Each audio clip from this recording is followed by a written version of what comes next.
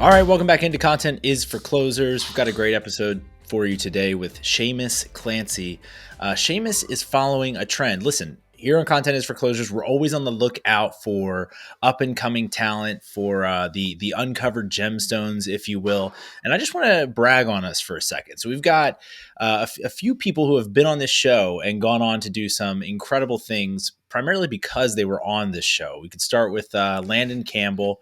He was on the show and then soon after got a job with Inside.com and is now the GM of Drive Capital in Chicago. We've got Rachel Braun, who came on, also went and worked for This Week in Startups soon afterwards. Of course, Steph Smith, who was basically unknown before she came on this podcast, and then went and worked for A16Z. Last week, we had John Sherman from Practical Golf. John was on the show.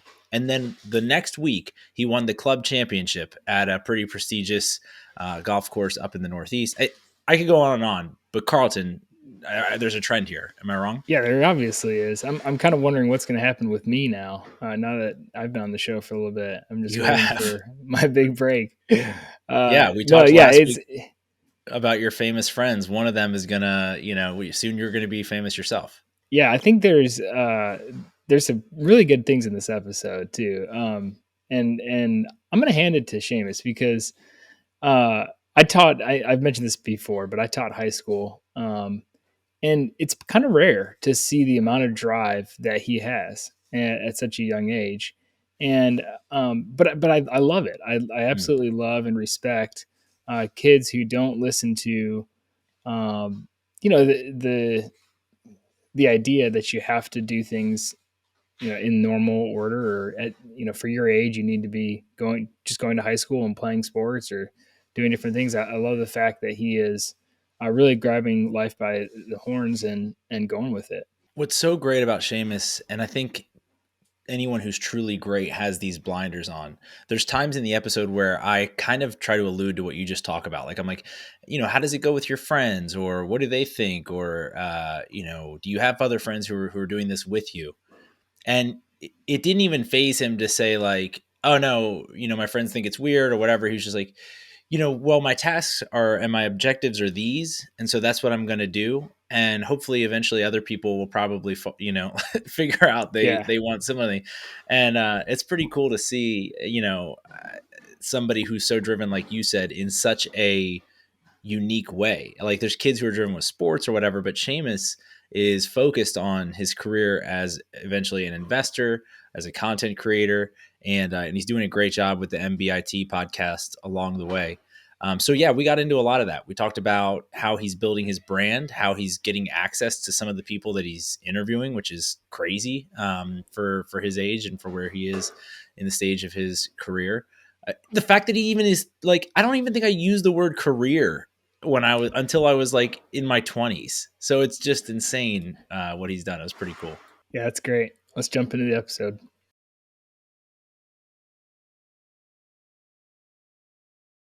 All right, welcome back into Content is for Closers. We've got Shamus Madan here, the host of the MBIT Podcast, as well as my favorite and maybe the only high school podcast host that I now know personally. Thank you for joining the show, Shamus. Yeah, absolutely. It's a pleasure to come on the show. I look forward to talking more, and thanks for having me. Of course. So I feel like we have to start in the obvious place. Most kids when I was your age, I think I still maybe had a dream of like trying to be like a low tier professional athlete somewhere, or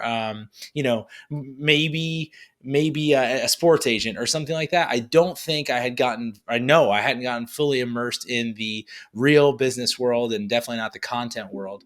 When most kids your age are in the summer hanging out, playing, you're recording pods. How did this happen? How did you come into this world? Yeah, so I think it starts all the way back when I was around 9 or 10. I had an interest in technology, specifically Apple technology. And in the summer, I would visit the Apple store quite frequently. I went to the back of the Genius Bar. And for people waiting, I tried to ask them what are some of the things that they needed help with to see. It was kind of like a challenge to me to see if I could fix their issue before the geniuses. And I think that kind of led to the domino effect into the podcast and entering the venture capital space. But there's no direct path to that. And then I think the next steps were my dad at the time was building his own startup. It was called Junction Education. And I remember it was like, bring your son to work day. So I step into his office, and there are like 3 large desks and a small window in the left-hand corner. And on my dad's desk, it was packed with papers and Post-its, and his screen was filled with tabs and information. And desperate to work there, I thought, hey, this would be really inspiring. So I decided to do some testing, Q&A testing for some of the courseware they were building for the Street and Jim Cramer, some personal finance and investing courses. I sat there for like hours straight just going through. I didn't want to actually stop doing it because I found it so inspiring to do. But then fast forwarding to, I think, the age of 12 was when I began investing, I guess, same age that Warren Buffett. So he started at 12 as well. But so I started doing some long-term investing. I started with Apple, obviously not financial advice or investment advice. But I started doing that, started reading books like The Millionaire Next Door, going through videos on personal finance and investing. And then later in high school, I went back to my Apple tech roots and started a phone repair business. I ran that for a few months before COVID hit, and I wanted to start something else. So the COVID pandemic closed all schools, so I didn't have the opportunity to continue doing that. So I decided to start something else, and being inspired by the folks over at Robin Hood Snacks, I decided to start my own business tech news podcast. And the best one yet. Yeah. And so obviously you know about it, the best one yet, T-Boy. They renamed it now, but it's a great podcast. I like to have short form content on business news for those of you who don't know. And then I reached out to them, and Zev Fema, who's a research analyst for Jim Cramer, I also reached out to, who recommended putting some financial insights at the end of the episodes, which was, I think, the beginning of the pivot for the podcast. So I started the podcast on all news in like 3 or 4 minutes, and then I noticed that was super competitive. So that's when I decided to pivot into more insight-based podcast. And then from there, I decided to do everything insights. So I would start interviewing people in spaces I was interested in. That recently included venture capital, but at the time it was startups and business and people developing really cool projects and everything like that. And then I just work on growing that podcast from there and just meeting more and more people. Cool. A few things I want to dig into. First of all, did anyone take you up? Did they let you fix their computers while they were in line at the Genius Bar? Yes, I did. I actually do remember there was one lady that was there. She had an iPhone and it wasn't turning on and it was having some glitches. I don't remember the exact problem, but it was having some glitches and she was waiting there for a few minutes. I noticed because I was playing with the other technology in the store. So I walked up and said, hey, I think I can help you with that. So I tried doing some hard resets and stuff that I've learned on the internet by myself.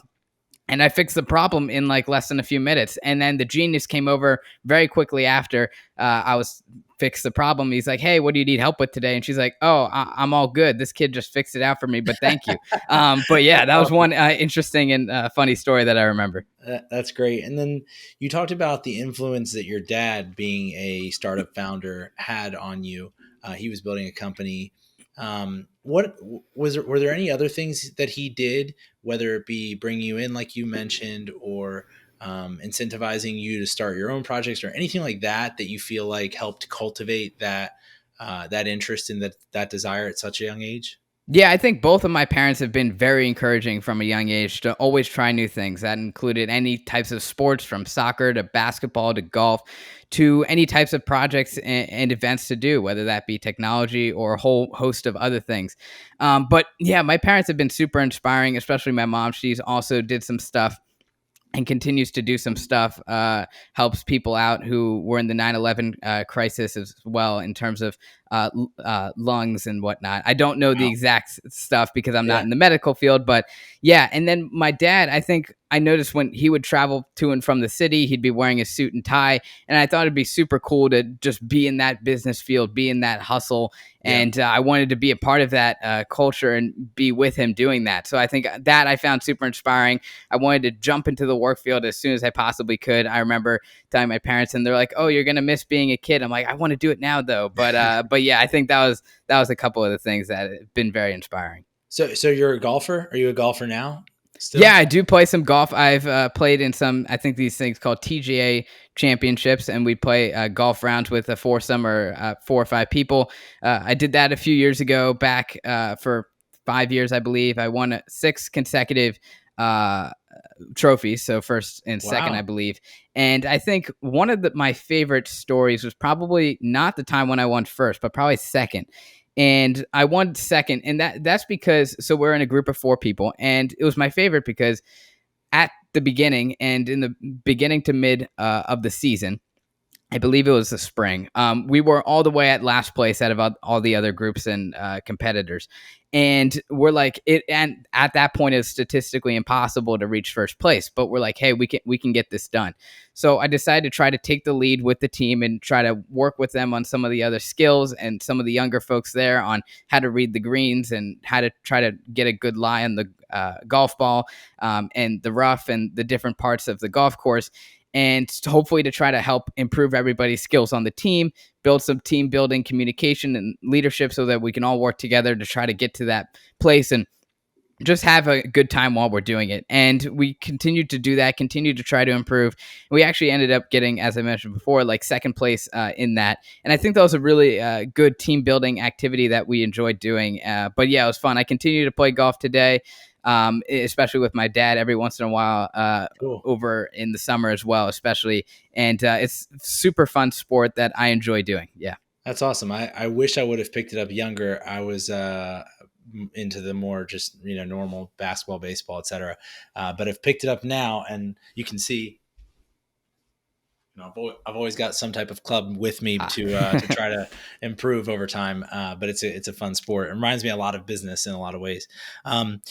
Last question here from kind of your background that you shared with us. So you mentioned Warren Buffett. You talked about starting at his age.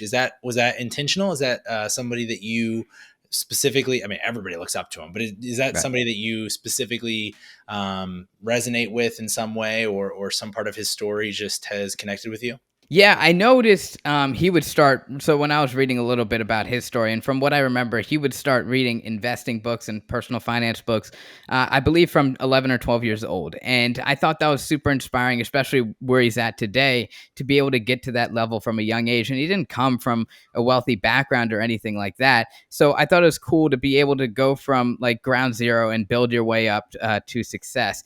And I didn't intentionally start at 12, but I did recognize that, hey, I'm now around the same age as Warren Buffett. When he started investing, it would be really cool part of my story to start at 12 and say that. I think the number one thing that I wanted to start investing with as well, the reason why Apple, obviously I was super passionate about it, but I thought it was super cool to own part of a company, and I try to use it as more like a little bit of a brag. So like sometimes when we go to the Apple store, I'd try to calculate the math on how much of the store I owned and say, hey, I own this amount of the store. Obviously, I don't think it was very accurate, but it was kind of funny. It was something that was really cool because I was inspired by Apple a lot growing up and their products. And yeah, I think that's where it all started. Yeah, that's so fun. So fast forwarding to today, you obviously kind of mentioned you started your podcast during COVID, but why specifically did you start your podcast? I think you could have, especially it's curious, someone your age. I feel like the gut intuition a lot of times would have been to go all in on Instagram or YouTube, and you might be doing those things as well. But you Yeah. see less like very young podcasters. And so I'm just curious, what drew you to the medium, and kind of why did you decide to kick off that show? Yeah, good question. So I think I've always been very vocal about opinions and stuff that I've been learning from a very young age. And I'm always curious about learning new things. And when it came to learning new things from other people, I thought, yeah, I could technically do that through a blog and try to do some text and try to email them questions and have them send it back. But I thought podcasting was the best medium to do so and the best medium to get engaged with people farther along in their journey. You mentioned Instagram. So, for example, Instagram at the time when I started, it was mainly there. I don't believe Instagram Reels was as big back then. So, it was mainly just photos of people enjoying their lives or whatever. Sure. And I thought I had a lot of perspectives, and I took a micro and macroeconomics course that I was learning about personal finance. And in Instagram, I could have a couple of graphics, but I wanted to get really deep in there. I remember when I did some analyzation of the GameStop uproar, and I spent like hours doing research on it and how it affected the market dynamics in the future. And I think the best way to have done that would either be through YouTube videos or through podcasting. And at the time, I decided podcasting would be the best and most enjoyable way, especially since I've listened to podcasts like the Robin Hood Snacks podcast before. And I thought it was a pretty cool way to start my journey. But yeah, I think that's where it all started. And what's unique about your show is I would say the subject matter from a younger voice. So I feel like the analysis is something that's very you digest it for the audience, and then you give it in a way that is understandable and relatable for most people. Some T-Boy-esque in ways there. And then the other thing that I think is really unique about it is just your guest list. I mean, you don't miss, when it comes to getting A-list types of guests on there. And I would imagine that's a huge benefit for having the show and building out your network and building out your future network. But talk a little bit about that. Tell us about how you get these guests. What are you doing that's so impactful when you're building your show? Because a lot of people try and are not able to get guests like you have been able to. Yeah, good question. So I actually started out trying to reach with top level guests, and I reached out to Mark Cuban. He declined to do an interview. I reached out to some of the other big people in the business space I've looked up to who are very wealthy or very far accomplished in their careers. And I don't think I heard a response back from a single one of them. I reached out to like 20 or 50 people, didn't get a single response, nothing. So then I started doing some research on other podcasts and other guests, and I try to figure out why are the guests coming onto their show and instead of this one. And I realized pretty quickly that show has built an audience and is providing value to them. So, for example, if it's an entrepreneur building a new startup, they could start advertising it or bringing their startup on what they're doing on that show to an audience, right? And try to advertise it that way. And then I'm like, okay, so now I have to figure out a way to provide value. So I thought, considering the age I was at, which I believe it was 15, 16 at the time, the best way to provide value in the most unique way from the other 850,000 podcasts out there is to do it from a young next generation perspective. So for people who wanted to reach the next generation, have their topics, have their views and what they've learned to reach the next generation, inspire the next generation, this would be the perfect place to do that. And everyone who's very successful always was young at some point. So they always have some sort of feel or of what it was like to be a young hustler and stuff like that. So I decided, hey, this is a great place to try to reach that next generation. So I started trying to reach out to people who are very early on, so very early startups who are just starting out, doing some pretty interesting stuff. And then I started having them on the podcast and then using their names and the other brands that they've developed to reach out to people higher up on the list. And I just kept climbing and climbing and climbing until I reached people like Tim Draper and Mark Cuban and Spencer Raskoff to go through that. But I think the number one thing is just to provide value to an audience that's new and hasn't been sought before. Like, for example, I think Mark Cuban, when he was doing Cost Plus and currently is doing Cost Plus, which makes affordable medications, the value add to him was for the podcast was growing pretty quickly. The brand was going pretty quickly, and he was able to reach the next generation on the issues with the Medicare system. Like, I don't know how many people in my school are reading Forbes and New York Times that often. So it was a great opportunity for him to reach that next generation, along with a lot of other VCs or startup founders who are very far in their journey to help inspire that next generation. But I think in terms of the MBIT podcast, that was the value add there. But I think for every podcast, it's different. And I think you just got to find your niche and what you're able to have value other than the other podcasts out there. Yeah, incredible. You mentioned your school there. Do you have any other friends who are aware of what you're doing, or do they want to be a part of what you're building? Yeah, so I do have friends that know what I've done, I am doing and currently doing, and they find it super cool and inspiring and stuff like that.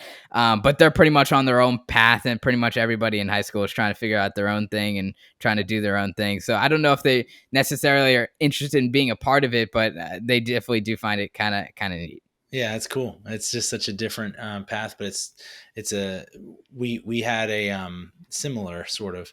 I was part of a chess club, which I haven't talked about a ton, but the the equation of people who are in that chess club to people who went on and graduated college and got good jobs out of our little high school there was very high, especially compared to the rest of the student body. And I could imagine if you ever started or were a part of some type of high school business organization, that would probably have a very high correlation, higher than my chess club. So I was just curious. We'll have to, maybe you'll start one and then we'll look back and be like, hey, everyone at these tech companies all was in Shamus's tech club or was part of a podcast somehow. So you're doing this now. What grade are you in currently? Currently in 12th grade. Yeah, going into 12th grade. Okay, so last year of high school. Next steps in life, whatever they look like, are coming pretty quickly. What's your goal specifically for the podcast, and then for your career on the whole? How do you plan on leveraging this as you move forward? Yeah, so for the podcast, my goal is just to impact as many people's lives as possible at scale. So I first started doing it with around 8 or 10 listeners, and now it's a few thousand, but to keep growing that and keep impacting people's lives at scale. So I think to continue for the podcast side, to continue out that growth journey, take advantage of other mediums. For example, I know YouTube Shorts has been growing super quickly, so I have not taken advantage of that as much as I could. So I'm going to start taking advantage of platforms like those that's where the next generation's hanging out. So it's a perfect place to help with that growth journey as well. And so I think, and then in terms of career goals, I think, I'm a venture fellow at Blitzscaling Ventures. They're backed by the co-founder of LinkedIn. So I found venture capital to be something pretty interesting as well, to be able to back founders who are working to change the world and make impact as well on the community, on local communities, on international communities, etc. So I think my career path, hopefully, I don't know exactly what it is, but I do know it'd probably be be diving in deeper into venture capital and either being part full-time of a VC firm, along with the podcast as well, continuing to build out that brand. And then, or it could be starting a startup or something like that. But I think it would definitely still be in that VC startup area. Very cool. Are you planning on doing any more school when you finish high school? Yeah, I do. I plan to go to school as well, and hopefully also am interested in business school, as I think it's really important, especially, if you're a VC and if you decide to invest in late stage companies, it could be very important to understand like operational strategy and the in-depths of a business and how to make it more efficient, especially when providing guidance to either late stage founders who this might be their first company or whatever it might be. So I think definitely going through school and continuing that into business school would be a valuable addition to my career. I mean, you have to have one of the great entrance letters or whatever they call those things. List your guests. Like, listen, this is what I've built. This is what I've done. Like, you should be getting me. Your business school is going to get better awareness by having me as part of the student body and my podcast there than it would otherwise. I think you got a leg up there. So as we're kind of coming to the end here, what trends? You mentioned YouTube Shorts. You've done a lot of podcasts. You've done a lot of stuff in the VC space. What are you excited about right now? What is something that you have from your perspective that like the 45-year-old marketing manager, may not be paying attention to or may not have noticed that you think is a trend or something that businesses could take advantage of when it comes to content? Yeah. So in terms of content, now I don't know what these marketing managers do. I'm not too specific on what they do, so I wouldn't be able to give them advice on what they should be doing. But anyway, I think one thing that is super important, and I was reading Jonah Berger's book from Wharton. He's a professor of marketing over at Wharton. And I think storytelling can be super important and valuable, especially in marketing, and especially doing that in either TikToks or YouTube Shorts or Instagram Reels or whatever platform that might be. But being able to tell stories it just increases engagement, right? So if you start off with a quick little hook that asks a question, I know one media brand does this very well. It's called Our Future by Michael Sakand. And I've talked to him. I've had conversations with him. He's a great guy. And what he's done, he's built the brand to over 350,000 YouTube Shorts, YouTube subscribers, and he's done that all through YouTube Shorts. And in the beginning, one of the things I've noticed is he'll have a statement, and in that statement, you end up subconsciously asking yourself, how did that happen? Or how could they have gotten to that level? That makes you want to watch the rest of the 30-second video. So I think that's going to be super important to make sure we can not just develop basic hooks that just ask a question, but develop creative ones that make the listener ask themselves a question that make them want to listen to the rest of the video or content or whatever it might be. And another thing that's I found it pretty important, especially in the short form content, is making sure, the video changes quite frequently and there's always something going on so that the listener doesn't diverge or keep scrolling, because it's very easy. They only have to move their finger like 2 or 3 inches and they're no longer watching your video. Right. I think Mr. Beast has over Jimmy from Mr. Beast has done this very well. Is his editor, sometimes I was watching a podcast, they go through, it takes over a week to go through just one of these 30-second YouTube shorts. That's because if you see the amount of things happening in just 1 second, it's like 5 or 6 things happening in a second. And it keeps the listener so far engaged because they're always trying to continue to watch what's the next thing happening, what's the next thing's happening. There's enough things going on that doesn't make them lost in the future. So I think that's going to be really important, keeping the listener engaged through creative hooks that are not just questions, but making the listeners ask questions, and then just making sure that content tells a story. I think that would pretty much be the 2 big things. What was the name of the creator you said that does the shorts? Yeah, Michael Sakand. I can connect you with him if you want. But yeah, Michael Sakand from Our Future. Yeah, we should. We'll link that in the show notes below for anyone who wants to see those. You said 350,000 just on shorts. So that's, just on shorts. And I think he's got over 200,000 on TikTok. He's got multiple different verticals. He's got like Our Future Stories. He's now building Our Future Finance. And he's really just blitz scaling or moving it really quickly. Yeah. Yeah, it's cool. Cool. Shamus, we really appreciate you coming on, sharing your story. It is awesome to see someone who is pursuing their passion as aggressively as you are. And we're all going to be continuing to follow your story and your journey as you work through the next several years. If people want to hear your show or follow you, what's the best way for them to get connected with all the things that you're doing? Yeah, absolutely. So my website is just mbitpodcast.com. Or if you're interested in just checking out the podcast, you can just search up MBIT Podcast on pretty much any podcast player. It's on Apple Podcasts, Spotify, and YouTube. I also have MBIT Shorts on YouTube. And I'm also on Twitter at MBIT Podcast. My name's Shamus Madan, but the handle is at MBIT Podcast. And you can pretty much find all those interviews and all the content I'm doing pretty much all through that platforms. To hear next generation guests, like, for example, Tim Draper, Mark Cuban. I recently had the former board member of Goldman Sachs and Target and CEO of Medtronic on the podcast. So to hear those types of interviews for the next generation, if you're interested, feel free to check it out. Medtronic, that's one of my... like you own Apple stores, I own Medtronic, so I'll have to go hear how my ownership's doing. Awesome. Well, we appreciate you coming on, Shamus, and hopefully we'll stay connected. Talk to you soon. Yeah, I appreciate it. Thanks for bringing me on. It was a great conversation.